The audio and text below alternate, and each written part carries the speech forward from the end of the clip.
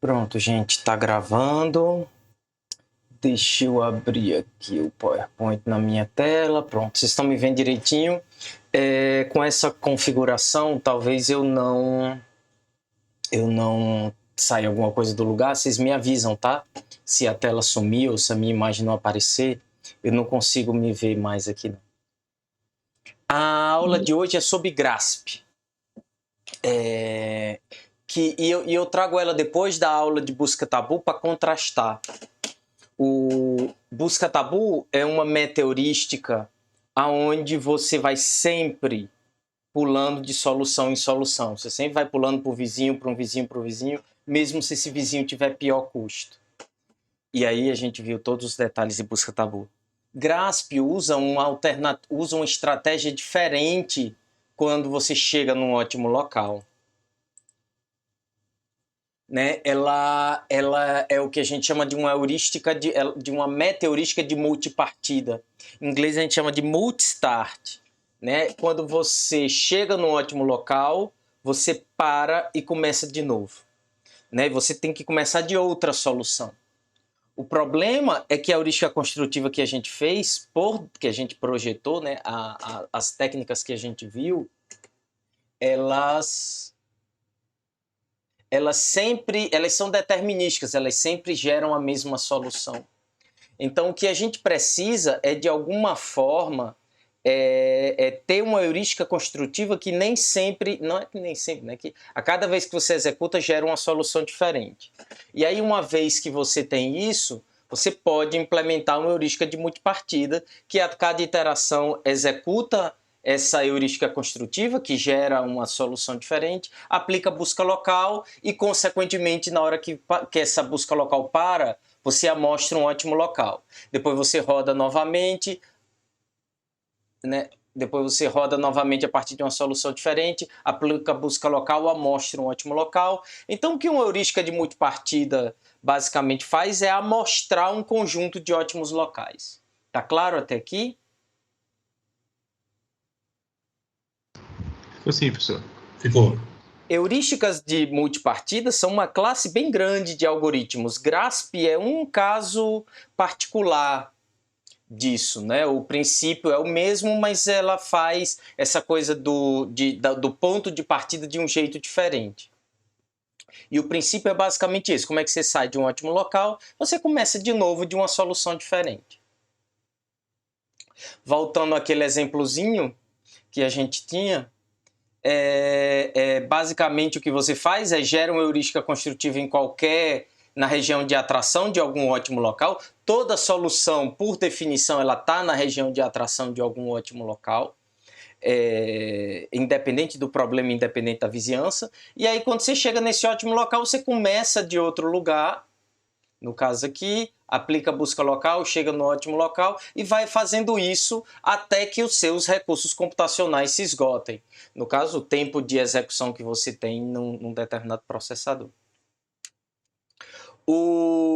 A gente pode dividir o projeto de um GRASP em duas partes. E aí a gente, em geral, faz isso, né? A gente divide numa fase que a gente chama de fase construtiva, que é a parte mais característica de um GRASP, porque é aí onde a gente vai gerar a solução inicial, que é não determinística, e a gente tem que ter cuidado de fazer isso para não terminar com um algoritmo completamente aleatório, que gera uma solução qualquer. Ou um algoritmo puramente guloso, que sempre gera a mesma solução e, consequentemente, vai sempre amostrar o mesmo ótimo local em cada solução. E na segunda fase a gente chama de fase de busca local, que é basicamente tudo que a gente viu até então. Né? Você vai projetar uma busca local que se baseia em alguma vizinhança que é para o seu problema. E você pode ter um VND, ou até mesmo uma busca tabu nessa fase de busca local, cujo objetivo é sair da solução inicial e ir melhorando ela iterativamente até chegar num ótimo local. Tá claro as duas fases de um GRASP? Ficou assim, professor. Joia. O que acontece agora? A diferença principal disso que a gente chama de GRASP está na fase gulosa, na fase construtiva. Porque na fase construtiva a gente usa uma variação das heurísticas gulosas que a gente estudou na parte de heurísticas construtivas.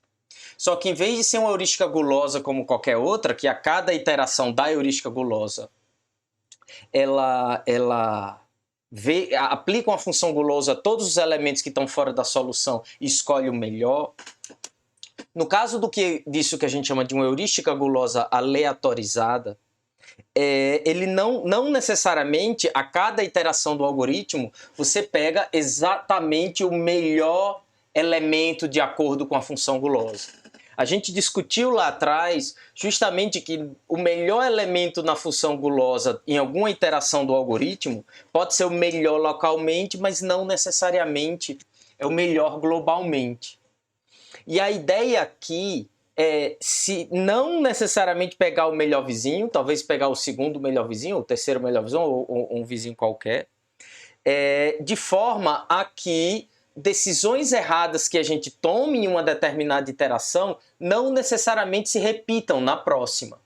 Né? Se ao pegar o melhor vizinho eu coloco a minha heurística numa situação onde lá na frente ela vai ter que pegar um elemento pior, na iteração seguinte, se eu tenho algum tipo de aleatorização que me permite não necessariamente pegar o melhor vizinho sempre, a gente eventualmente pode gerar uma solução diferente que não cometeu aquele mesmo erro, né, que naquela iteração a heurística construtiva não tomou aquela decisão errada, e eventualmente a gente pode chegar a soluções melhores com a nossa heurística gulosa randomizada, mas a gente não para aí, a gente aplica a busca local a partir dessa solução. Tá claro até aqui?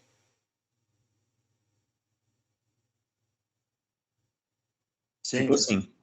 Então, o grid randomized, né, que é o G e o R de Grasp, vem justamente disso.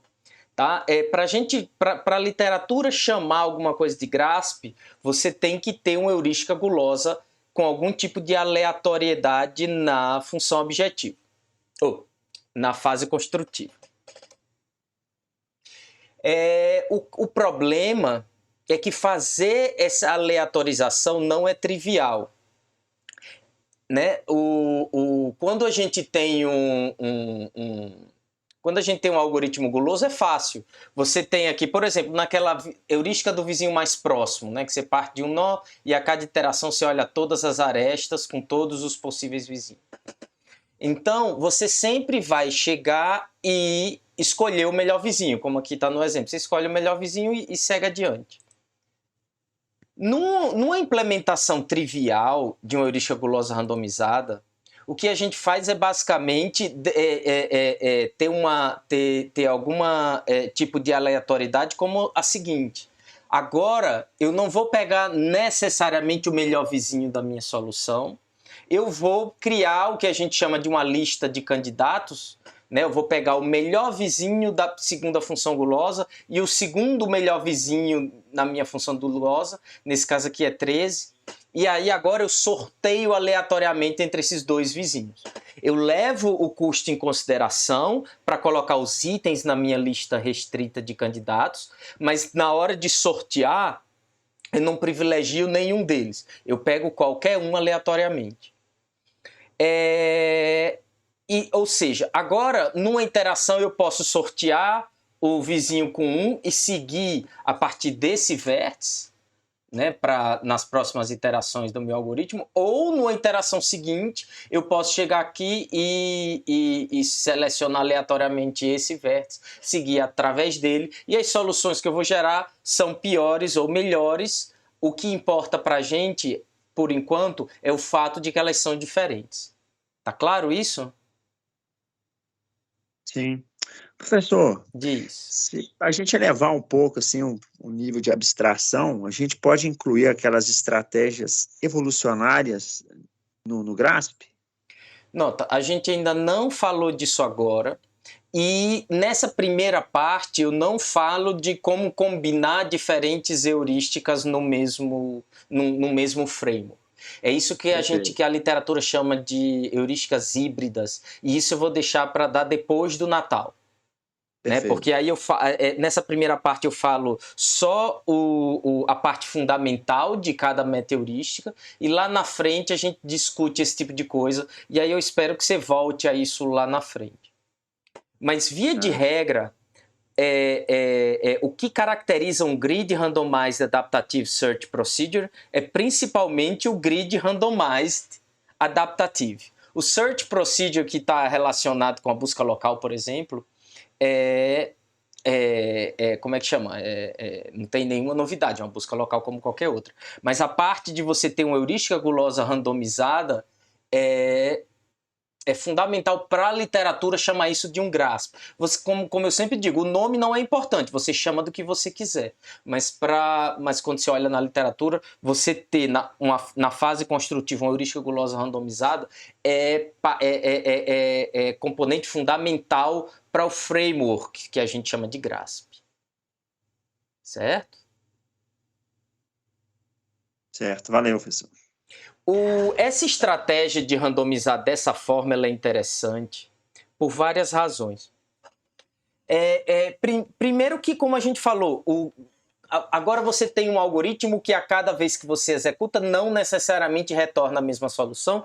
Claro, sempre existe uma probabilidade que vai caindo para zero, dependendo do número de iterações que a sua heurística tem, de que você pode tomar 1000 decisões num TSP de 1000, que tem 1000 vizinhos, e depois, coincidentemente, tomar exatamente as mesmas 1000. Então a gente não diz que você garante que vai gerar uma solução diferente, mas você a chance de você ter repetição é muito pequena.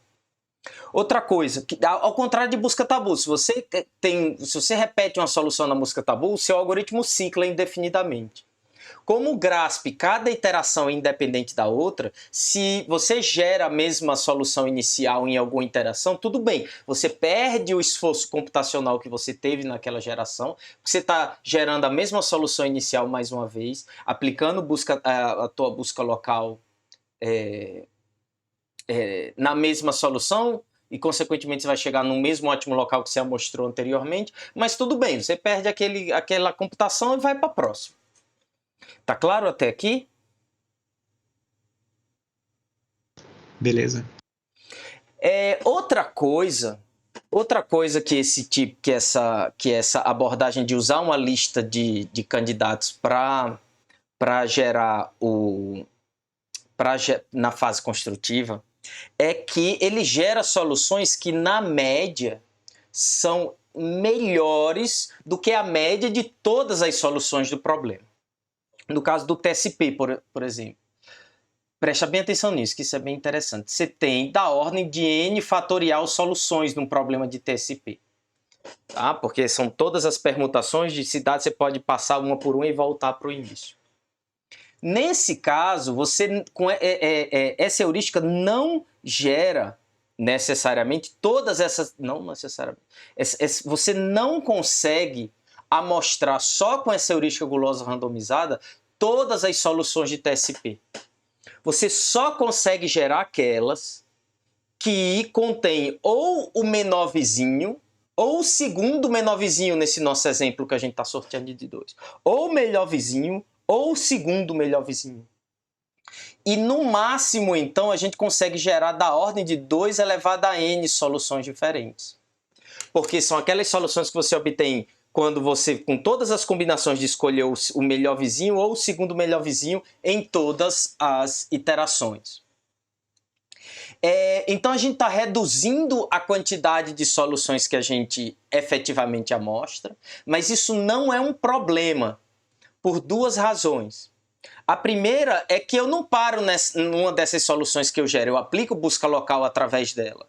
Então, via de regra, eu só preciso que essas 2 elevado a n soluções estejam na região de atração de algum ótimo local que seja ótimo global ou cujo custo seja próximo do ótimo global. Além disso, é bom que a gente esteja restringindo o conjunto de soluções que a gente está olhando, porque você tem menos soluções que você vai precisar procurar e o custo dessas soluções tende a ser melhor do que a média, porque nota, você está sempre pegando ou a melhor aresta que você tem para onde ir, ou a segunda melhor aresta que você tem para onde ir. Então, na média, se você enumerar todas essas soluções que são possíveis ser geradas através dessa heurística e computar a média do custo delas, e você fizer a mesma coisa com essas N fatoriais, na média, o custo dessas soluções vai ser bem maior. Tá claro isso? Sim, não, dúvidas, observações? Fiquem à vontade para fazer qualquer observação. Diz. Alguém falou alguma coisa? Eu disse que ficou claro, professor. Joia. Esse próximo... Eita, Josh. Professor. Espera aí que travou aqui. O Apple Music abriu aqui por alguma razão. Não sei que foi isso, não. Deixa eu ver se eu consigo minimizar ele. Alguém falou alguma coisa enquanto... Pronto, voltou. Diz. Eu queria fazer uma pergunta. Pode dizer. No caso do vizinho mais próximo, se você escolhe o primeiro vértice aleatoriamente, você tem soluções diferentes. Perfeito. Aí pode fazer desse jeito para escolher Pode, essas mas você soluções? fica limitado ao número de iterações que que você pode fazer da sua heurística de multipartida. Você fica limitado ao número de vértices do seu grafo. Se você tem um TSP com 1000, se você tem um TSP com 1000 vértices, você só consegue fazer 1000 iterações.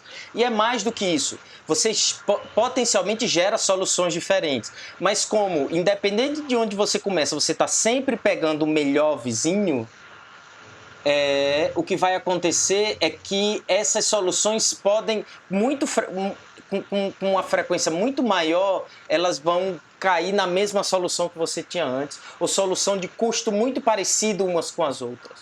Né? Soluções que têm muitas arestas em comum e, consequentemente, vão levar aos mesmos ótimos locais, por exemplo. E é por isso que a gente não usa uma estratégia como essa para fazer uma heurística de multipartida. Mas principalmente pela limitação. Se você tem um TSP com 1000 vértices, você vai fazer no máximo 1000 iterações. E aí o que acontece? Se você está tentando resolver um TSP de 1000 vértices, que tem 1000 fatorial soluções diferentes, você não quer amostrar só 1000 soluções. No caso, 1000 ótimos locais, né? Porque depois a gente aplica ótimo. Você quer fazer algumas centenas de milhares, se não milhões, de amostragens para ter alguma esperança de achar a solução ótima. Tá claro isso? Tá. Obrigada. Joia. Isso aqui eu já falei. Uma coisa interessante é que esse algoritmo ele começa a ficar complicado quando você começa a pensar qual é o melhor tamanho para aquela lista de candidatos. Se eu pego só os dois melhores, eu consigo amostrar da ordem de 2 elevado a n soluções diferentes. Mas se eu tenho uma lista de candidatos maior, por exemplo, eu pego os 3 melhores elementos de acordo com a função gulosa, ou os 4 melhores elementos de acordo com a função gulosa, a quantidade de soluções diferentes que eu posso amostrar aumenta. Por um lado, isso é bom. Tá? Porque eu gero soluções diferentes, então eu eventualmente, em algum momento, alguma delas vai cair na região de atração do ótimo global. Simplesmente porque eu tenho mais soluções que são possíveis de eu gerar. Mas o problema é que na média, a média das soluções que você obtém pegando só a melhor aresta ou a segunda aresta, ela tende a ser melhor do que a média das soluções que você obtém pegando a terceira melhor, a quarta melhor aresta. Tá claro isso?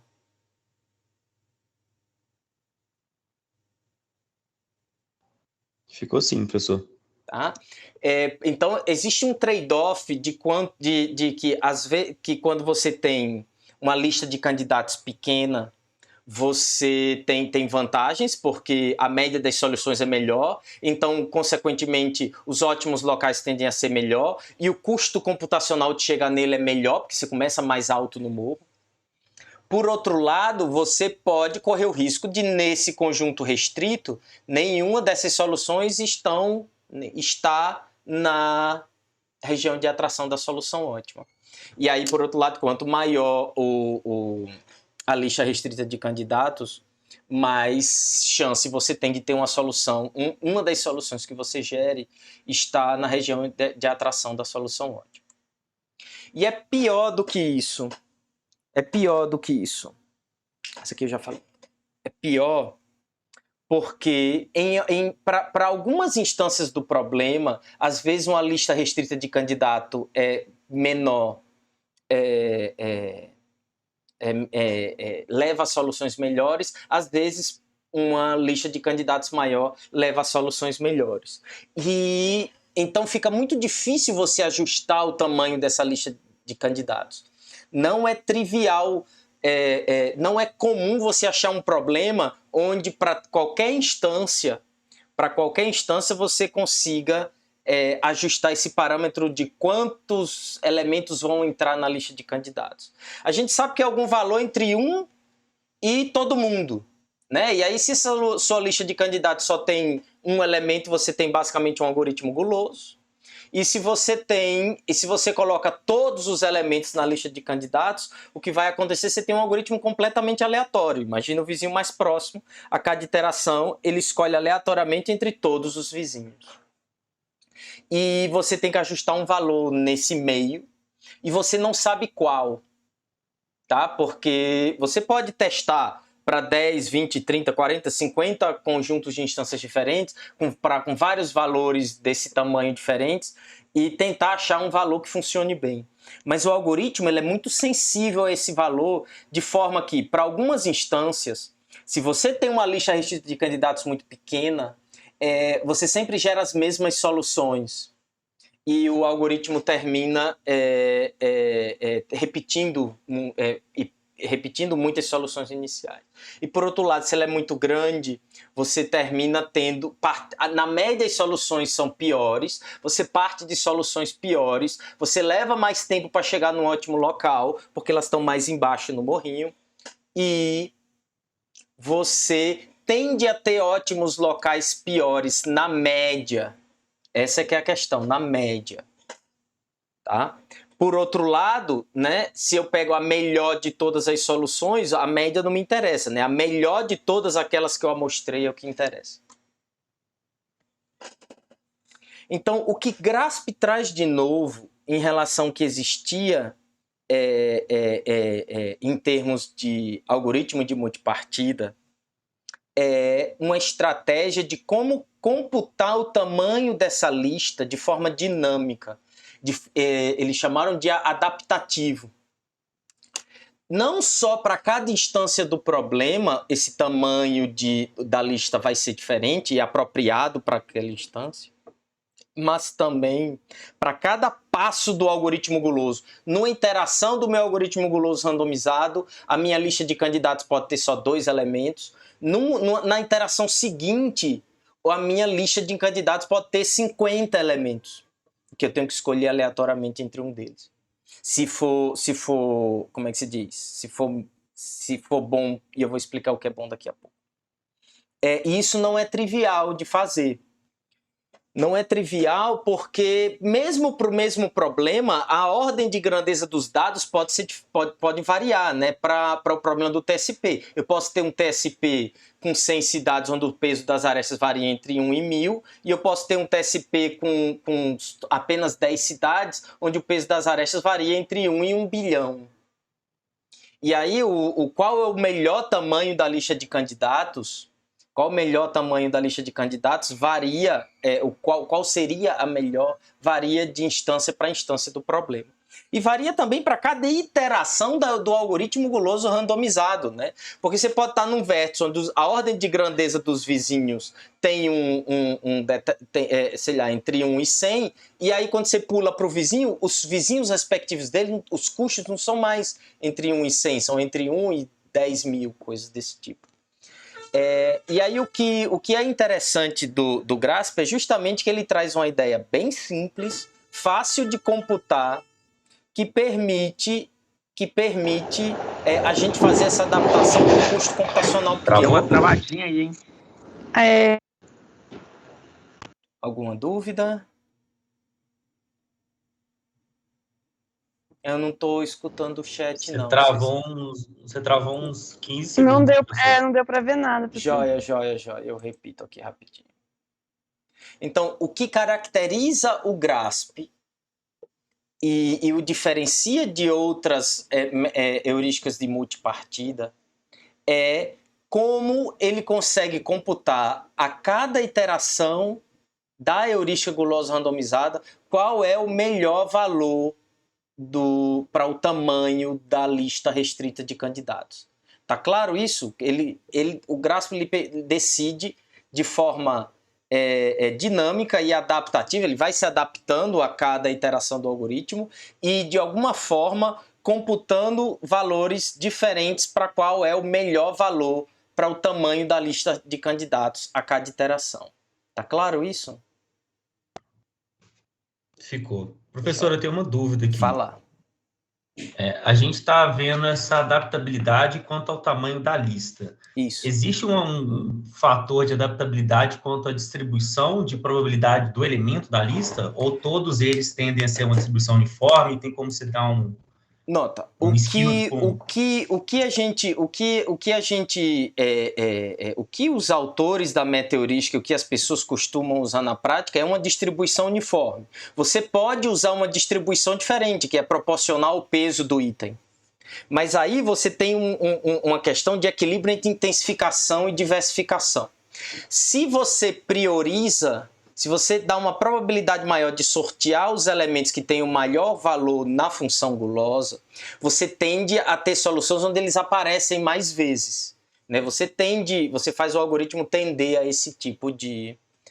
para esses elementos. Se todo mundo tem uma distribuição uniforme, você já tem uma busca mais... Você já tem uma busca perfeita. Você já está buscando soluções que são mais diversas. O que acontece é que a gente já usa o custo da solução para construir a lista de candidatos. Né? A gente só pega, por enquanto, o melhor e o segundo melhor elemento da função, de acordo com a função gulosa. Então, você já está levando o custo dele em consideração. Se você sorteia de forma a dar uma probabilidade proporcional ao custo, você está criando mais... Você está fazendo você está enviesando a tua busca pelo valor da função gulosa 2 vezes. Entende isso? Entendi. E aí você não necessariamente precisa. Você não necessariamente precisa fazer isso. Então a gente fica com a estratégia mais simples. Mas você pode. E se você quiser chamar de GRASP, você pode. Se você quiser chamar de Carla, você pode também. Né? A heurística é sua, você dá o nome que você quiser. Se é um GRASP ou se não é um GRASP não é importante para a gente. O que é importante é se chega a 1 ou 10% da solução ótima ou não, em média. O nome não é importante. Os princípios que estão por trás são importantes. E aqui eu trouxe alguns exemplos do que seriam... Qual seria o valor ideal da função do tamanho da lista de candidatos em alguns casos, só para a gente ter uma ideia. Então, quanto maior o tamanho da lista, mais diversas são as soluções que você pode gerar. Isso é bom. Só que pior é o custo da média. Isso é ruim. Então, num caso como esse, que a gente tem alguns vizinhos de custo mais baixo e outros de custo mais alto, a gente gostaria de que o algoritmo aprendesse que a lista restrita de candidatos tem que ser tamanho 2. Já num exemplo como esse, eu gostaria de ter uma lista de tamanho 4, porque, o custo do quarto melhor vizinho, elemento, é maior do que a do primeiro, mas em relação às outras arestas que tem ali, ele ainda tem um custo relativamente baixo. Então, num caso como esse, eu gostaria de ter uma lista de tamanho 4. Por quê? Porque eu tenho diversidade e o custo da minha solução, na média, não piora muito, porque dos quatro que eu escolho, o custo deles é muito parecido. Tá claro isso?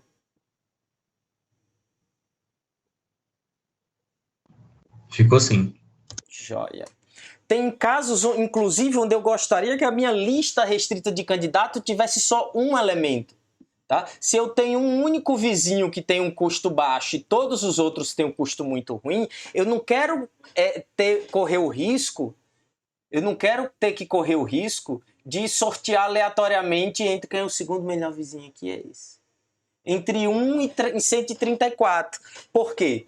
Porque quando eu escolher 134, a chance de eu chegar numa solução de custo pior do que aquela que vai por uma aresta que tem custo 1 é muito maior. Né? Simplesmente porque esse outro vizinho tem um custo 100 vezes maior do que o meu primeiro. Escolher esse tamanho não é trivial. É formalizar uma função que define qual é o tamanho dessa lista de candidatos para cada iteração da heurística gulosa randomizada e que seja generalizável para qualquer problema de otimização que você estiver trabalhando, também não é trivial. E aí onde vem a questão do GRASP. Porque a gente consegue fazer isso de uma forma bem simples. Travou de novo, professor. Jóia. Computar... Agora você está escutando? Agora sim. Agora Jóia. voltou. Deixa eu só ver uma coisa aqui. Só ver se ainda está gravando. Só ver se estava gravando, que não custa nada. Definir uma função que computa o tamanho da lista de candidatos não é trivial. Tá? Para um problema específico, fazer um cálculo definir uma função que consegue computar isso para qualquer problema e qualquer heurística gulosa, com qualquer valor para qualquer que seja a função gulosa e o problema a qual você está resolvendo, não é tarefa fácil. E a grande mágica do artigo de GRASP está exatamente nesse slide. Como a gente viu anteriormente, a nossa lista de candidatos ela pode ter tamanho 1, ou seja, o algoritmo é puramente guloso, ou ela pode ter tamanho máximo, que inclui todos os elementos. E o que a gente quer é alguma coisa no meio do caminho, que é um algoritmo que não é 100% guloso e que também não é 100% aleatório. E o que o GRASP faz é simplesmente acrescentar um parâmetro, que a gente sempre chama de alfa, e que vai dizer o quão guloso ou quão aleatório a nossa heurística gulosa aleatorizada vai ser. De forma que, se o alfa é igual a 0, o algoritmo é completamente guloso. Se o alfa é igual a 1, ele é completamente aleatório. E se o alfa é algum valor entre 0 e 1, ele, como é que se diz? O algoritmo fica no meio do caminho. Quanto mais próximo de 0, mais guloso. Quanto mais longe de 0 e próximo de 1, mais aleatório. Tá claro até aqui? Qual é a função do parâmetro alfa? Ficou sim. Esse é um parâmetro que a gente ainda tem que ajustar. Para cada problema que você vai resolver, que você implementa uma heurística GRASP para ele, você tem que fazer um conjunto de experimentos que testa para um conjunto de instâncias para vários valores de alfa e ver qual é o valor de alfa que funciona melhor. A diferença que a gente vai ver é que ajustar o valor de alfa é mais fácil de ajustar do que um único valor para o tamanho da lista de candidatos. A heurística gulosa randomizada ela é muito menos sensível, a qualidade das soluções que ela gera é muito menos sensível ao valor de alfa do que o valor do tamanho da lista. Porque o valor de alfa ele é usado nessa continha que eu vou explicar agora, que computa o tamanho da lista de forma adaptativa. Então, a primeira diferença que a gente tem que fazer na heurística gulosa da gente é que na hora que você vai computando o custo, né, o valor guloso de cada elemento, o custo da função gulosa para cada elemento, naquela iteração da heurística gulosa randomizada, a gente tem que ir salvando quem foi o elemento que deu o menor valor. A gente está assumindo um problema de minimização, né, TSP, como se fosse TSP. A gente tem que guardar quem foi o elemento que tinha o menor valor da função gulosa e quem é o elemento que tinha o maior valor da função gulosa. E nota que esse menor e esse maior não interessa a ordem de grandeza do custo da função gulosa. Você vai pegar o menor e vai pegar o maior. E aí o tamanho da sua lista de candidatos não vai ser definido como uma cardinalidade propriamente dita, mas ele vai ser definido pelo custo dos elementos que podem ou não podem entrar na tua lista de candidatos. A gente chama de lista restrita de candidatos, inclusive. O Maurício chamava de lista, quer dizer, chama no artigo dele de lista restrita de candidatos. Então, a cada iteração do algoritmo, você, como sempre, computa o custo, né? CE de todos os elementos. E aí, o que é que você faz? Você vai guardando quem é o menor e o maior. A tua lista restrita de candidatos, então, ela vai conter agora todos os elementos que tem custo menor ou igual que um determinado valor. E esse determinado valor depende de alfa. Quando o valor de alfa é zero, o que acontece? Quando o valor de alfa é zero, isso aqui tudo morre, porque 0 vezes qualquer coisa dá 0, e só vai entrar na tua lista restrita de candidatos os elementos que têm custo menor ou igual que o melhor possível. Então, se você não tem empate, você vai ter uma lista de candidatos de tamanho 1. Tá claro até aqui? Sim. Mas, professor, então, basicamente, você vai ter que rodar para pegar, nesse seu conjunto, pegar o menor e o maior, e depois pegar e rodar de novo para ver quais elementos que vão entrar na lista que respeitem essa restrição. Isso, mas você não precisa computar o valor da função gulosa, tá? Você só você ordena e você tem um custo de ordenar e depois vai e passa. Você não necessariamente precisa ordenar. Mas, de novo, o custo computacional disso não é caro. Você gasta da ordem de N operações para computar o custo da função gulosa. E você vai gastar mais uma vez O de N operações para olhar quem entra ou não na tua lista. Você não aumenta a complexidade do algoritmo. Você tem um custo computacional a mais, mas tudo na vida tem um custo computacional a mais. A questão é se compensa ou não. E aí o que acontece? Se o custo disso aqui é 1, se o valor de alfa é 1, o que vai acontecer? O valor de alfa vai ser 1, esse parêntese morre, esse C min cancela com esse C min, e vai estar na tua lista de candidatos todos os elementos cujo custo é menor ou igual do que o máximo. Ou seja, todos.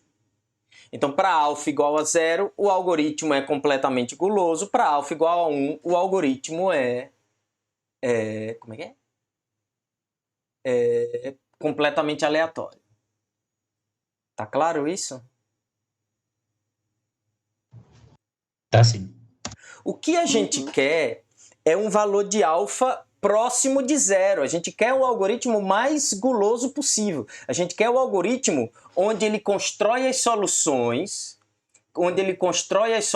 com os elementos que têm o menor valor possível da função gulosa. Mas se você coloca completamente 0, o seu algoritmo vai gerar soluções repetidas com mais frequência. Se você põe 0,1, por exemplo, você já vai ter uma lista restrita de candidatos que só tem... Vamos botar o exemplo de 0,1 aqui. Se você tem 0,1 aqui... Eu tenho esse exemplo lá na frente, mas... Se você tem 0,1 aqui, então, você vai pegar os elementos que têm custo igual ao mínimo, mais 10% da diferença entre o máximo e o mínimo, por exemplo. E aí você permite com uma certa quantidade de elementos além do melhor possível possa entrar. E o interessante disso é que você consegue definir a cardinalidade a cada iteração, não é a cada instância do problema, a cada iteração do algoritmo. E dependendo de qual é e se adaptando a qual é a ordem de grandeza dos valores da função gulosa naquela iteração. Deixa eu dar uns exemplos aqui que eu trouxe para você. Então, a primeira coisa que eu queria falar é o seguinte, né? Você tem uma distribuição parecida com essa, quando você tem valores de alfa pequeno, onde o algoritmo é mais guloso, e você tem uma distribuição tipo essa rosa, quando o algoritmo, quando o alfa é mais próximo de 1 e o algoritmo é mais aleatório. A gente está falando só de fase construtiva, tá? Depois você aplica a busca local. O que acontece aqui? Para valores pequenos de alfa, por exemplo, para alfa igual a 0, isso aqui é basicamente um único valor. Se você não tem empate, você vai ter sempre, todas as iterações que você rodar, você vai gerar a mesma solução, que é o que o algoritmo puro guloso determinístico retorna. Mas à medida que você aumenta o alfa, você vai gerando soluções diferentes, cujo custo, isso aqui é custo, e isso aqui é quantas vezes aparecem soluções com aquele custo. Então você vai ter para valores de alfa pequeno, você vai ter soluções cujo custo é mais parecido com o custo da solução gulosa. Você vai ter algumas soluções com custo um pouco melhor do que a solução gulosa, outras de custo um pouco pior do que a solução gulosa. Então, e aí quando você tem valores de alfa grande, como você permite que mais itens entrem na lista restrita de candidatos, você tem uma variabilidade maior, você pode gerar soluções diferentes que com valores de alfa pequeno você nunca poderia gerar elas. E aí o que acontece? Você tem soluções mais variadas com custo variado. Algumas de custo muito ruim, outras de custo muito bom. E o que você quer é um trade-off entre essas duas coisas. E esse trade-off você não tem que... Eu suponho que seja possível adivinhar de alguma forma para algum problema específico que você inventou da sua cabeça. Mas, via de regra, você vai e faz um experimento de ajuste de parâmetros. A grande vantagem do GRASP é que você tem um parâmetro, que é esse alfa, que diz o quão guloso ou quanto aleatório o seu algoritmo é. Quanto menor o valor de alfa, mais intensificação ao redor da solução gulosa você faz. Quanto maior o valor de alfa, mais diversificação você faz. Deixa eu dar uns valores aqui da fórmula. Eu trouxe uns exemplos. Então, imagine uma solução com alfa igual a meio. E um exemplo como esse, onde você tem um vizinho com custo 10, outro custo 1, 10, 101, 102, 103. Como é que a gente faz essa conta? Está aqui a conta. Eu pego o Cmin, que é... Quanto é que é o Cmin? 1, mais 103 menos 1 dá 102. E aí eu multiplico por alfa, que é meio. Isso aqui vai dar quanto?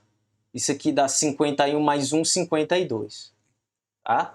E aí vai entrar na minha lista restrita de candidatos todos os elementos que têm custo menor ou igual que 2. Ou 52. Nesse caso aqui é o vizinho A e o vizinho B, que tem custo 1 e 10, respectivamente. Tá claro esse exemplo? Tá sim, professor. E alfa 50%, né, que é o que a gente tem aqui, ele diz mais ou menos isso. Você vai aceitar todo mundo que tenha custo até metade da diferença entre o máximo e o mínimo. Eu não estou podendo ver o chat não, tá, gente? Vocês vão ter que abrir o som, porque se eu estou com as janelinhas aqui tudo comprometida para economizar o processamento da máquina para ela não ficar travando. Tá claro isso? Alguém já falou sim ou não? Repete aí para mim, por favor. Sim, não, dúvidas, questões, Sim, observações. E aí eu trouxe vários exemplos aqui. Eu tenho um exemplo diferente agora, ó, onde eu tenho um elemento de custo bem menor do que os outros, e os valores são os mesmos. Então vai entrar todo mundo que tem custo menor ou igual que 52, como 60 tem um valor mais do que a metade entre o mínimo e o máximo, ele já não entra, e a minha lista de candidatos só tem tamanho 1. Outro exemplo também é aqui os mesmos valores, né? 103 vai dar 52, só que agora eu tenho vários valores que estão menos de 50% entre o mínimo e o máximo. O custo está menor do que 50% da diferença entre o mínimo e o máximo. Então, o que acontece? Entra o A, entra o B, entra o C e entra o D, mas o E não entra. Tá claro isso? Sim, não? Ficou assim. Joia. E aqui para outros valores de alfa, por exemplo. Esse é o mesmo atribuição de valores que eu tinha no slide anterior, mas com valor de alfa menor.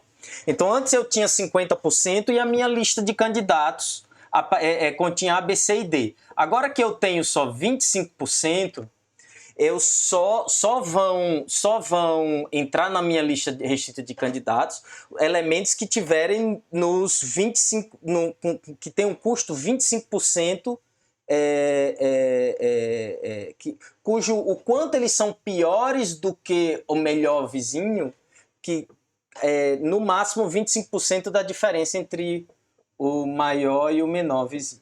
Então, se a gente faz a conta de novo, a gente vai ter aqui 1/2, que é o valor de alfa. Ah, não, agora é 1/4. 1/4 que multiplica 102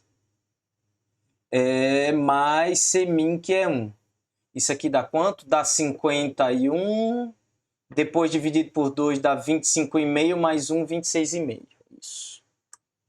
E aí o que acontece? Agora a tua lista restrita de candidatos só vai ter 1, só vai ter 10, só vai ter 20. Para os mesmos vizinhos, a tua lista de candidatos agora é menor porque o valor de alfa é menor. E se a gente baixar mais ainda o valor de alfa para 10%, por exemplo, né, só vai entrar quem tem custo menor ou igual que 11, que nesse exemplo aqui é só o A e o B. Tá claro até aqui?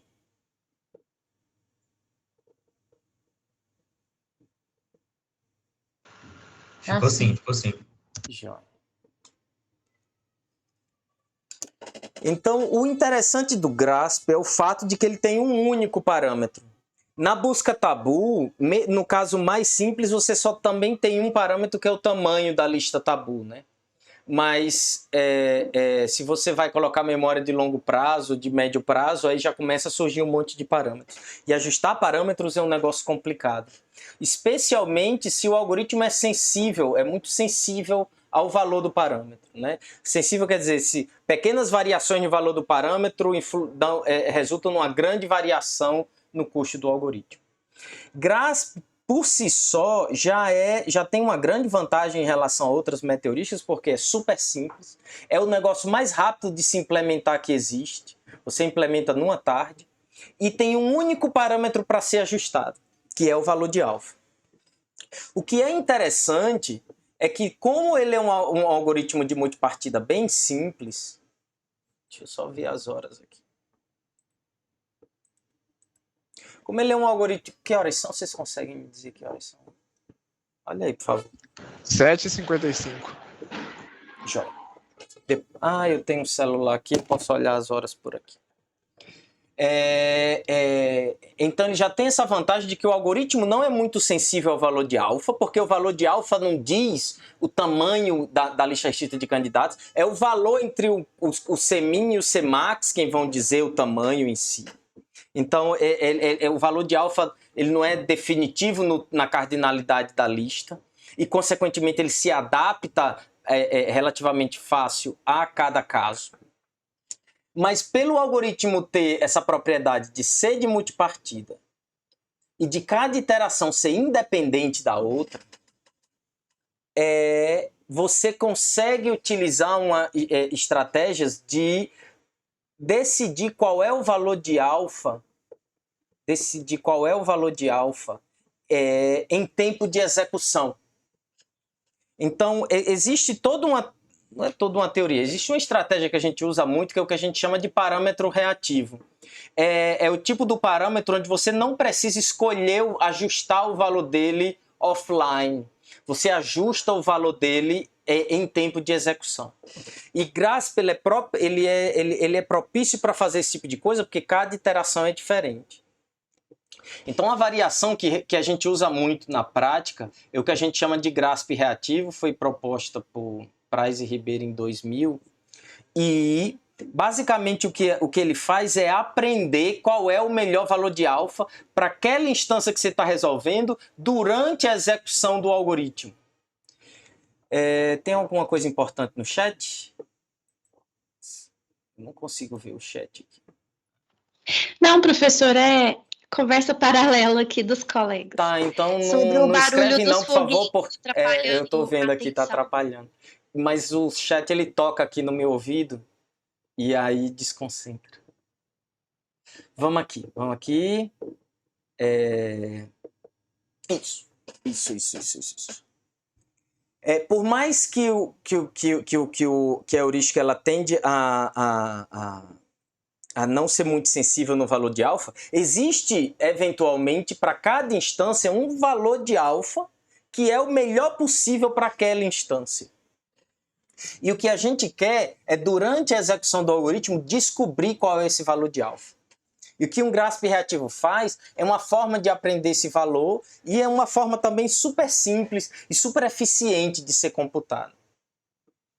A gente ainda tem que partir de um determinado valor de alfa, mas agora não é um único valor de alfa, é um conjunto de valores de alfa. Você pode colocar nesse conjunto todos os valores de alfa que funcionaram bem para a maioria das instâncias que você tem. E aí, em vez de ser sempre um valor igual a meio, ou 0,25, ou 0,10, ou 0,0001, você vai e cria um conjunto com cada um desses valores de alfa. A cada iteração, o que o algoritmo faz é sortear algum desses valores de alfa e construir a solução usando aquele valor de alfa.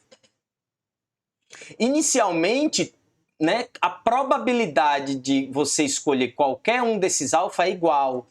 Se a gente tem m valores de alfa diferentes, né, a probabilidade em cada iteração de você sortear um daqueles valores de alfa que você pré-selecionou, vamos dizer assim, é a mesma, é 1 sobre m. O que acontece é que ao longo da execução do algoritmo, a gente vai aprendendo quais são os melhores e os piores valores de alfa. E o que eu quero dizer com um melhor e um pior valor de alfa? Você olha a média de todas as soluções que você obtém, do custo, de todas as soluções que você obtém com alfa 1, aí você olha a média de todas as soluções que você obteve com alfa 2, com alfa índice 3 e assim sucessivamente. Algumas dessas médias vão ser melhores, no caso de um problema de minimização menores, algumas vão ser maiores. Ou seja, alguns valores de alfa levam para soluções de custo melhor, outros valores de alfa levam para soluções de custo pior, para aquela instância que você está resolvendo naquele momento. Tá claro até aqui? Tá, sim. E aí você atualiza pesando os alfas com base nessa média? Isso. Então, o que acontece é que a cada K iterações, digamos que você roda 1000 iterações, se você rodou 1000 iterações, vamos dizer que a gente tenha 4 valores de alfa, alfa 1, alfa 2, alfa 3 e alfa 4. Você vai ter rodado em média 250 iterações com um valor de alfa, 250 com outro e assim sucessivamente, né, porque eles começam com a mesma probabilidade. E aí agora você tem uma informação que isso aqui acho que eu tirei essa anotação do livro do Taub, que ele chama de A de I, azão de I, que basicamente é a média das soluções que você obtém com aquele valor com valor de alfa I. E basicamente o que você faz é agora enviesar o seu sorteio do alfa. Você enviesa o seu sorteio do alfa de forma que os alfas que levaram a melhores soluções têm uma probabilidade maior e os alfas que levaram as piores soluções têm probabilidade menor. Aí o que acontece? No próximo grupo de K iterações, né, até a próxima ajuste, você vai usar aquelas probabilidades e vai sortear os valores de alfa que levam a soluções melhores. K iterações depois, você faz a mesma conta. Esse exemplozinho é uma forma de fazer, tá? Existem várias formas de você fazer esse tipo de ajuste. Outras mais elaboradas, outras menos elaboradas. Mas a ideia é a mesma. K iterações depois, você tem uma informação mais... você tem uma solução mais confiável, porque agora você rodou K mais K iterações, então a média, a informação que você tem sobre a média de cada valor de alfa, ela é mais precisa, e aí você ajusta novamente, você dá mais peso àqueles valores de alfa que levaram a soluções melhores, e dá menos peso, ou seja, menos probabilidade de sortear aqueles valores de alfa que levaram a soluções melhores. Então, após alguns ciclos de ajustes, é bem bonito quando você vai mostrando o histograma dessas probabilidades. Alguns valores de alfa vão subir na probabilidade até chegar a 1, e os outros valores de alfa eles vão caindo até chegar a 0. E o algoritmo vai aprendendo dinamicamente qual é o melhor valor de alfa, não para aquele problema, mas para aquela instância específica do problema. Ou seja, você não precisa mais escolher alfa. Esse mecanismo escolhe o valor de alfa para você. Tá claro isso? Se não tiver, eu posso explicar sim, de novo, professor. de outro jeito. Não deixa de Eu perguntar. tenho uma dúvida aqui nesse ponto, professor. Durante esse aprendizado, existe algum momento que se volta nas primeiras soluções e roda com o melhor valor de alfa, ou você vai fazendo isso durante e você segue, dado que você conseguiu identificar um alfa bom, você continua... Eu não entendi o que você quer dizer com volta para a primeira solução, mas nota, a primeira solução foi gerada com algum valor de alfa. Você não precisa gerar ela de novo com outro valor de alfa, né? Porque a minha dúvida aqui é que ela foi construída com um determinado valor de alfa.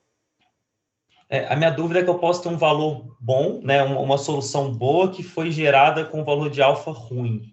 E aí, dado que eu consegui identificar um alfa bom, eu conseguiria voltar e trabalhar essa solução com um melhor alfa. Não existe isso de trabalhar. Nota, o algoritmo constrói uma solução usando um valor de alfa, aplica busca local. Então, mesmo as piores soluções que você tinha, se aplicou busca local a elas, inclusive. Se aplicou busca locais a ela, e o que você usa para computar, essa média aqui, não é o valor da solução que você amostrou com a heurística gulosa randomizada, é o valor do ótimo local que você obtém a partir dela. Essa solução inicial ela não serve para nada para a gente, exceto para chegar no ótimo local. Entendi. Tá? Quer dizer, você pode usar a média, mas em geral a gente olha sempre para o ótimo local. É porque esse algoritmo, basicamente o que ele faz, ele amostra um ótimo local por iteração. O que uma heurística de multipartida faz é amostrar um ótimo local a cada iteração. Essa solução inicial é simplesmente um meio de se chegar a esse ótimo local, porque a gente não sabe como ter uma heurística construtiva que garante que quando ela para, ela já cospe um ótimo local em tempo polinomial. Certo?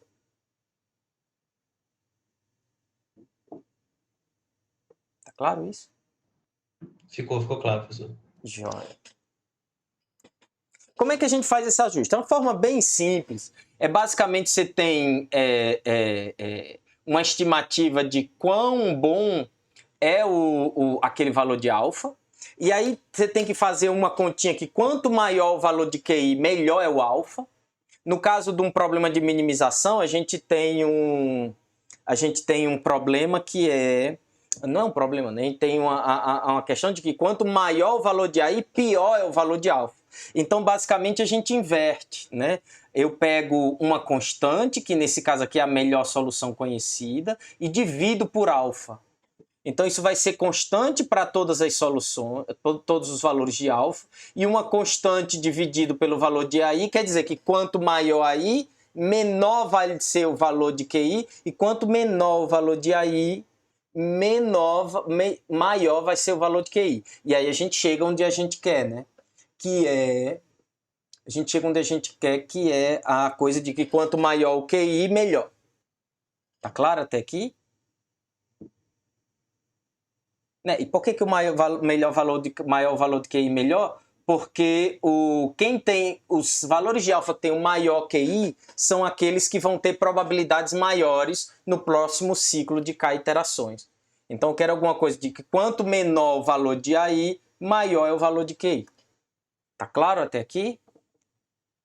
Sim, não, explica de novo, dúvidas, observações, fique à vontade para participar.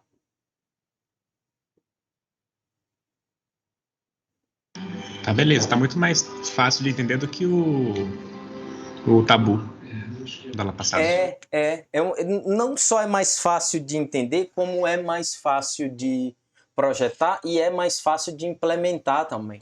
Né? Porque você tem interações independentes, você basicamente implementa uma heurística construtiva e uma busca local.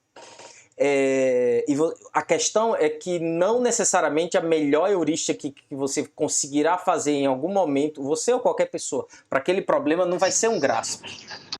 Tá? Porque você tem poucos mecanismos para se chegar na solução ótima e cada iteração é completamente independente. Tirando aquela uma iteração aonde você gerou uma solução, aplicou busca local e chegou na melhor solução conhecida, todas as outras são desperdiçadas. Né? Porque elas são independentes. Exceto, não necessariamente. Quando você tem isso, pelo menos você aprendeu o valor de alfa correto. Então, uma vez que você tem uma conta para QI, e esse delta aqui a gente geralmente não usa, ele é um atenuante, eu não vou perder tempo explicando isso agora não. Mas aí o que acontece? Você vai pegar o valor da probabilidade de escolher cada valor de alfa e nada mais é do que o valor de QI dividido pelo somatório de todos os QIs. E essa continha é simples, mas ela tem propriedades muito legais. Quanto maior o valor de QI, maior a probabilidade. A probabilidade é diretamente proporcional ao valor de QI. E o somatório de todos os PIs vai necessariamente dar 1. Né? Porque você está dividindo o somatório de todo mundo por cada um. Então, no final, quando você somar todos os valores de PI, dá certinho, 100%. Tá claro até aqui?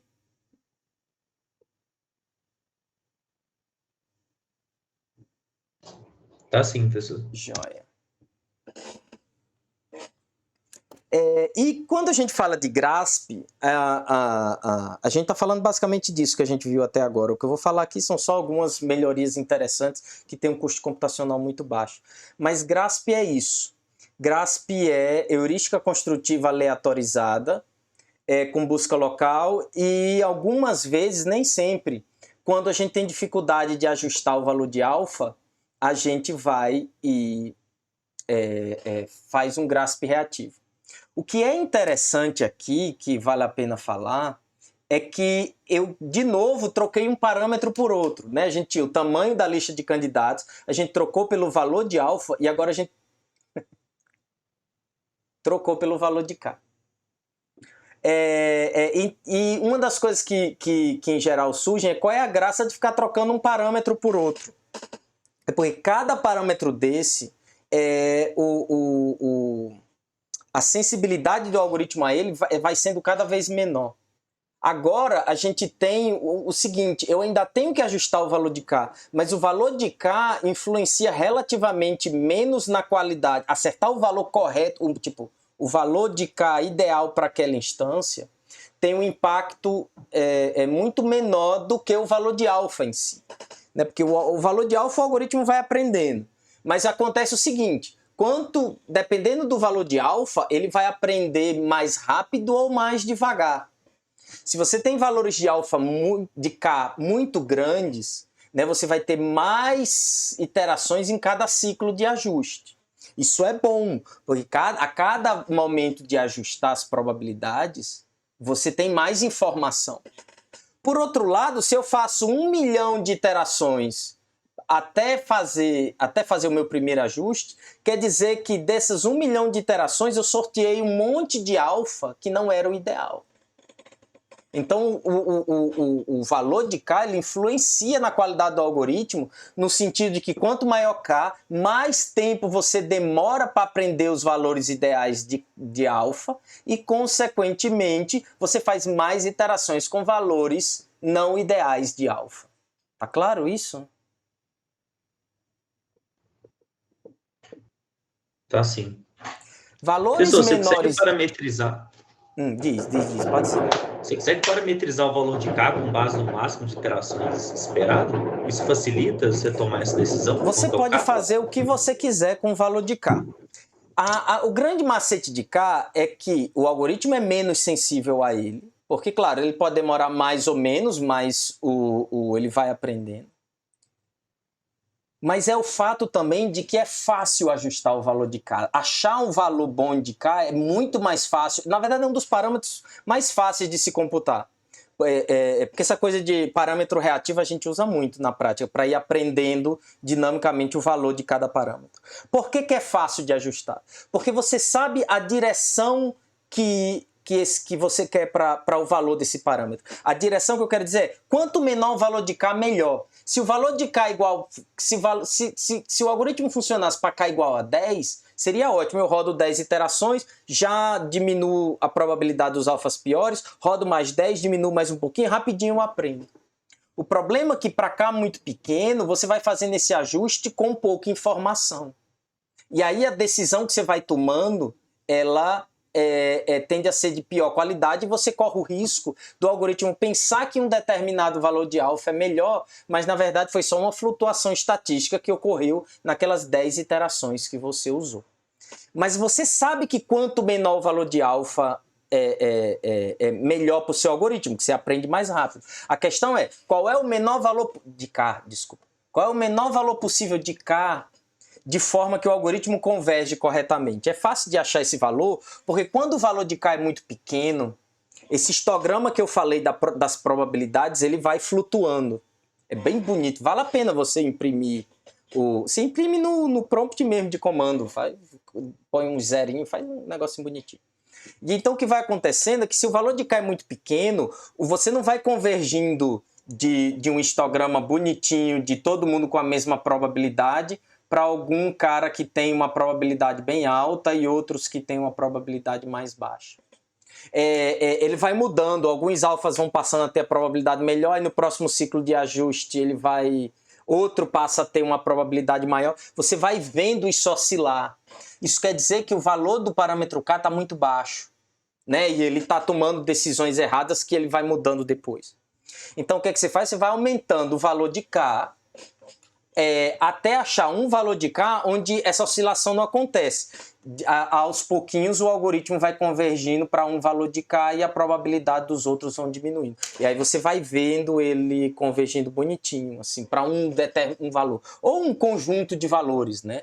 Tipo 0,1, 0,2, 0,3, aí que, vamos dizer assim, que qualquer um desses valores levam a soluções de mesmo custo para um determinado problema. Mas você vai aumentando o valor de K até que você observe que essa convergência ela vai ocorrendo iterativamente e sempre para o mesmo lugar. Tá claro isso? Ficou. Massa essa interpretação quase que gráfica, assim, né? É muito doido. Se eu tivesse tempo de fazer umas figurinhas melhor, mas fica para o próximo semestre. Esse aqui já tô fazendo, já botei com os coloridozinhos. Mas tá. Essa coisa de ajuste de parâmetros reativos, inclusive, a primeira vez que a gente viu, não foi em Grasp, foi em busca tabu, para ajustar o tamanho da lista tabu. Então, é um conceito interessante que a gente usa para ajustar vários parâmetros em várias metaheurísticas diferentes.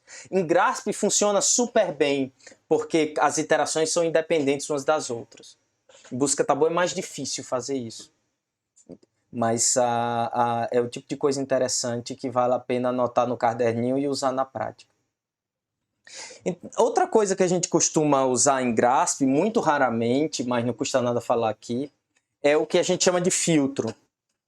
A gente quer a nossa heurística gulosa randomizada o menor possível, com a menor cardinalidade possível. Então é comum a gente usar valores de alfa de 0,1 ou 0,001. É o suficiente para a tua lista de candidatos ter um elemento ou dois elementos e gerar soluções diferentes. Porque nota, se a tua lista de candidatos já tem dois elementos, você gera já da ordem de 2 elevado a n soluções. Você não precisa mais do que isso. Você não vai fazer 2 elevado a n iterações do seu Grasp. né? Para n igual a 1000, isso aqui, ou para n igual a 100, isso aqui já dá um valor absurdamente grande.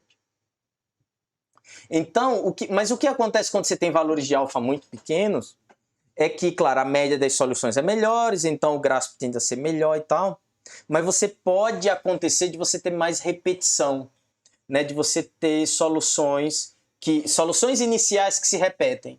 E se sua busca tabu ou se a sua busca local ela é determinística, se você parte da mesma solução inicial, você termina chegando no mesmo ótimo local e gastando todo o custo computacional da busca local para chegar no ótimo local que você amostrou anteriormente.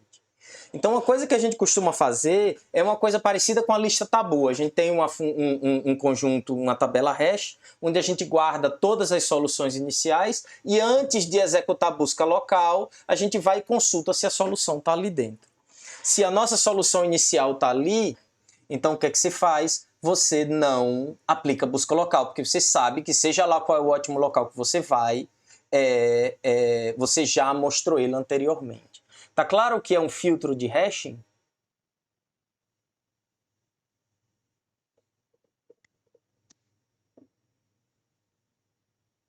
Ficou sim, professor. Outra coisa que funciona muito bem é o seguinte. A qualidade de um ótimo local, como a gente viu, ele está sempre relacionado, sempre não, mas ele está de alguma forma relacionado com a qualidade da solução inicial. Quanto melhor é a qualidade da solução inicial, quanto melhor a qualidade da solução inicial, melhor tende a ser o ótimo local aonde você chega. Então, quando a nossa busca local tem um custo computacional muito alto, e em geral o que acontece? Em geral, no algoritmo no heurística tipo busca tabu ou GRASP, o tempo que você passa na busca local é 98% do custo total de processamento. 95% no mínimo. No mínimo. Né? Porque toda vez que a gente implementa um algoritmo desse, a gente faz depois um profile para saber aonde está gastando o tempo, para saber aonde focar. Por isso que o custo computacional da heurística construtiva não interessa tanto, é o custo da busca local que pesa muito, que pesa mais. Então, algumas variações de GRASP não aplicam busca local a todas as soluções iniciais. Então você tem algum tipo de estratégia que faz, sei lá, roda a heurística construtiva randomizada 10 vezes ou 100 vezes, pega a melhor e aplica busca local só àquela solução. Né? E você pode dizer que a fase construtiva é um algoritmo de multipartida por si só que gera 10 soluções iniciais e pega a melhor. Você pode fazer isso, mas uma coisa que tende a funcionar muito melhor quando a gente observa, que eu digo 5, 6 trabalhos que testaram isso, é que uma forma que funciona melhor do que isso é você ter alguma função de qualidade que a tua solução inicial tem que ter. E aí, se ela passa por esse sarrafo, você aplica busca local nela. Se ela não passa por esse sarrafo, você não aplica busca local nela e vai para a próxima iteração. E uma das coisas que uma estratégia de fazer isso é o que a gente chama de filtro de qualidade. E é uma ideia bem simples também. Você tem um parâmetro que você define, sei lá, 10%, e aí cada solução inicial gerada, você olha, se ela for até 10% pior do que a melhor que existe, você aplica a busca local nela. Se ela for mais do que 10% pior, você descarta ela, gera outra solução inicial. E assim sucessivamente. A grande vantagem disso é o seguinte: você já tem uma solução de determinado custo, que é a melhor que você conhece. Se você parte de uma solução que é muito pior do que ela, é possível, mas é menos provável que você chegue numa solução melhor do que a melhor que existe, do que se você partir de uma solução inicial cujo custo já está mais próximo da melhor solução conhecida. Tá claro a ideia?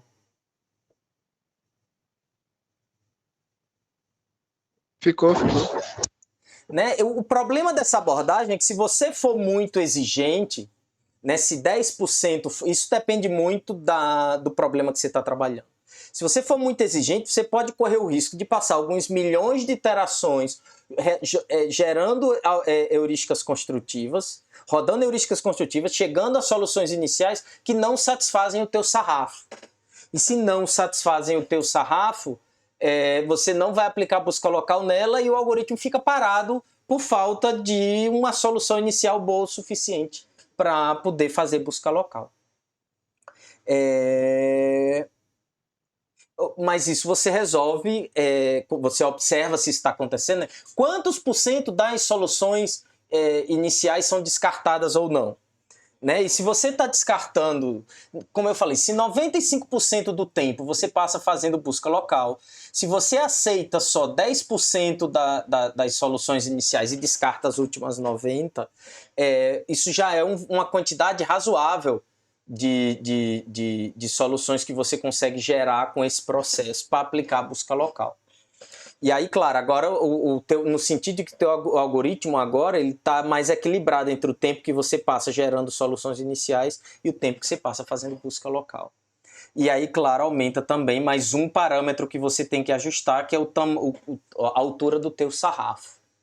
Mas isso também tende a funcionar muito bem.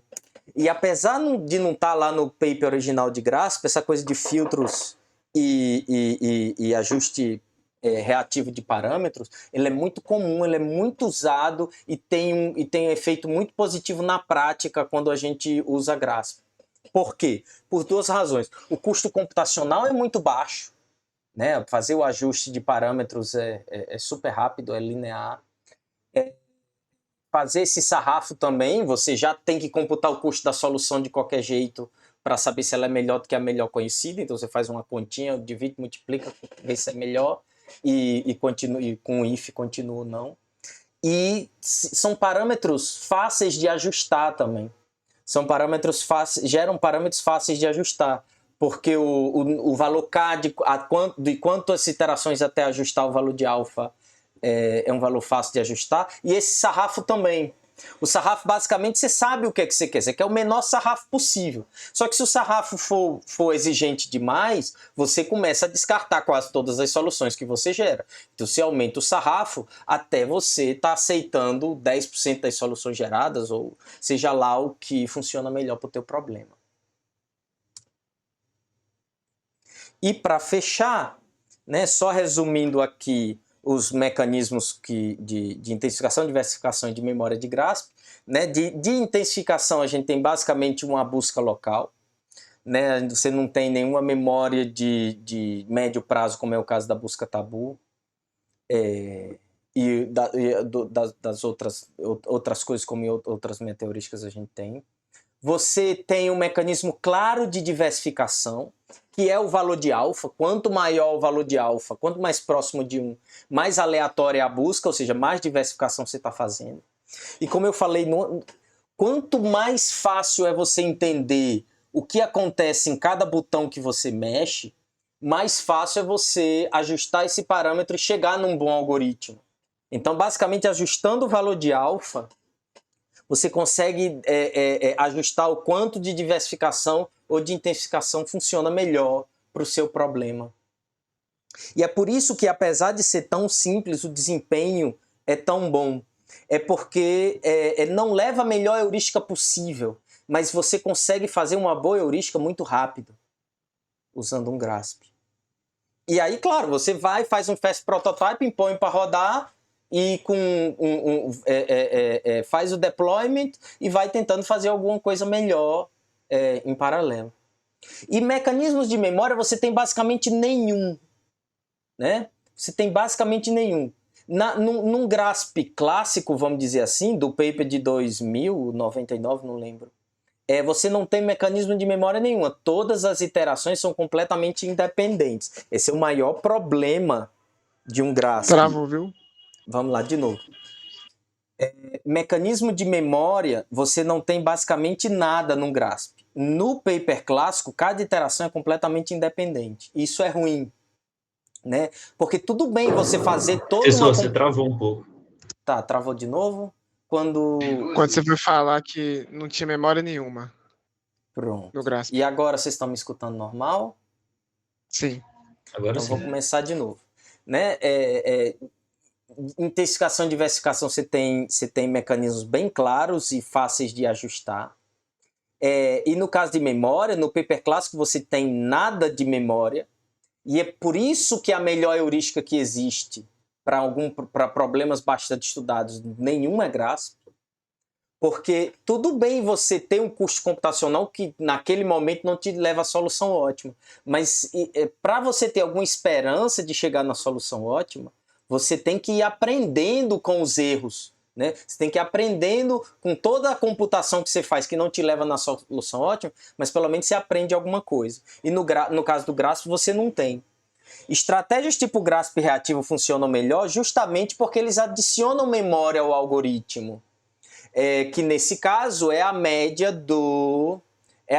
das soluções que você obtém com cada valor de alfa e a média e o valor como é que chama? Das probabilidades de cada alfa. E tem várias outras técnicas de misturar GRASP com outras meta-heurísticas que acrescentam memória a esse framework de GRASP, que faz com que o algoritmo, que uma heurística que você faz usando o GRASP com essas modificações, tende a funcionar muito melhor do que um GRASP clássico. E isso eu vou deixar para falar lá quando eu for falar de meta-heurísticas híbridas. Tá? Por enquanto é isso de GRASP. Que horas são? 8h28. Eu tenho um negócio aqui. Então, só para fechar, né? Porque na semana que vem eu vou falar de meta-heurísticas populacionais. E nessa semana eu falei de meta-heurísticas que trabalham sempre com uma solução. Né? Busca local, VND, busca tabu, GRASP. E cada uma delas, elas trazem um princípio diferente que lhe permite sair de um ótimo local, coisa que uma busca local não consegue. Né? No caso de uma busca tabu, você se move para vizinhos piores, esse que é o princípio que está por trás. Você continua fazendo busca local e permite voltar para vizinhos piores, e aí tem todo aquele cuidado para não ciclar. No caso de um GRASP, como a gente viu hoje, basicamente o que você faz quando você chega no ótimo local é começar de novo. Tem outras meta-heurísticas muito interessantes que funcionam muito bem na prática. Vários problemas importantes que existem. A melhor heurística que existe para ele é isso que a gente chama de Iterated Local Search. A ideia é parecida com o GRASP. Você tem heurística construtiva e busca local. Só que essa heurística construtiva, você não começa do zero, como é o caso do GRASP. Você está num ótimo local. Como é que eu faço para sair dele? Eu apago uma parte dessa solução e aproveito uma outra parte, e aí construo uma solução usando isso, e aí aplico busca local. Mesma coisa, heurística conjuntiva, busca local. Mas em vez de começar do zero, como num GRASP, eu começo de parte do último ótimo local que eu tinha. E eu não falei dela aqui por causa do tempo, essa semestre de pandemia, esse negócio de dar aula gravado dá trabalho, e ela é uma das meta-heurísticas que funcionam melhor e que é mais fácil de entender. Então eu deixei ela de fora, mas ela está lá no livro do Taub, o Taub explica muito bem, vale a pena dar uma olhada para ver se você não quer implementar um Iterated Local Search para o teu trabalho de pesquisa. A gente viu outras coisas que nem VND, que quando você chega no ótimo local, o que você faz é trocar a vizinhança.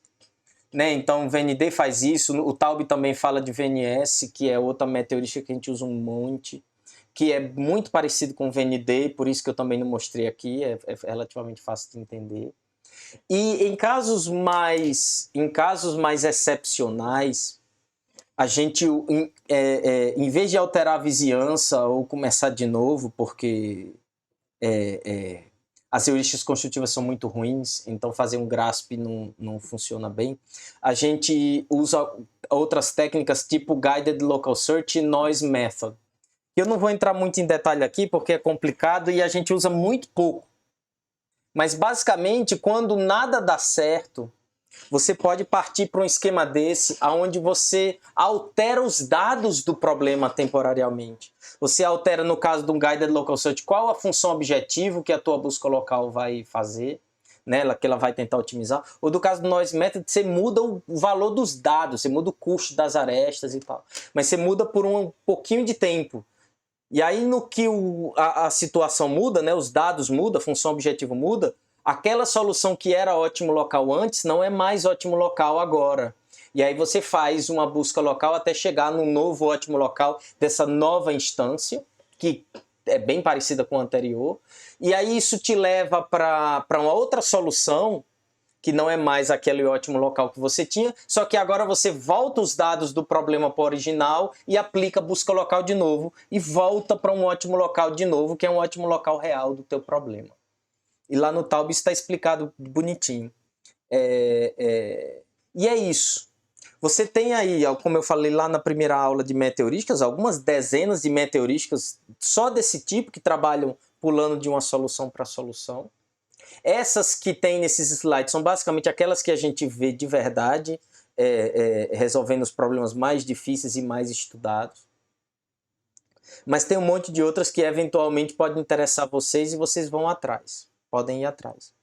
Na aula que vem, na semana que vem, a gente vai estudar outro tipo de meteorística que trabalha com conjuntos de soluções, ou populações de soluções, como a gente costuma falar por razões históricas. E é uma forma de fazer otimização bem diferente dessa que a gente viu aqui. Tem literalmente centenas de meteorísticas que usam estratégias parecidas. E aí eu vou dar 2 exemplos aqui para vocês. Na segunda-feira eu falo de algoritmos genéticos. E na quinta-feira eu falo de colônia de formigas e vou fazer de novo esse contraste entre elas, que por sua vez já representam cada uma classes bem vastas de meteorísticas, e fazer o contraste também com essas que trabalham com a solução só. E aí as aulas da semana seguinte vão ser gravadas de acordo com o nosso cronograma, e quando a gente voltar do ano novo, aí eu falo de heurísticas híbridas. Aí eu meio que volto um pouco para cada uma dessas meteorísticas, falando de como melhorar elas, combinando elas com outras coisas. Tanto entre si, como com outros tipos de algoritmo, tipo algoritmos exatos, de branch and bound, coisas desse tipo. Tá? Eu vou parar a gravação por aqui e depois eu fico tirando dúvida.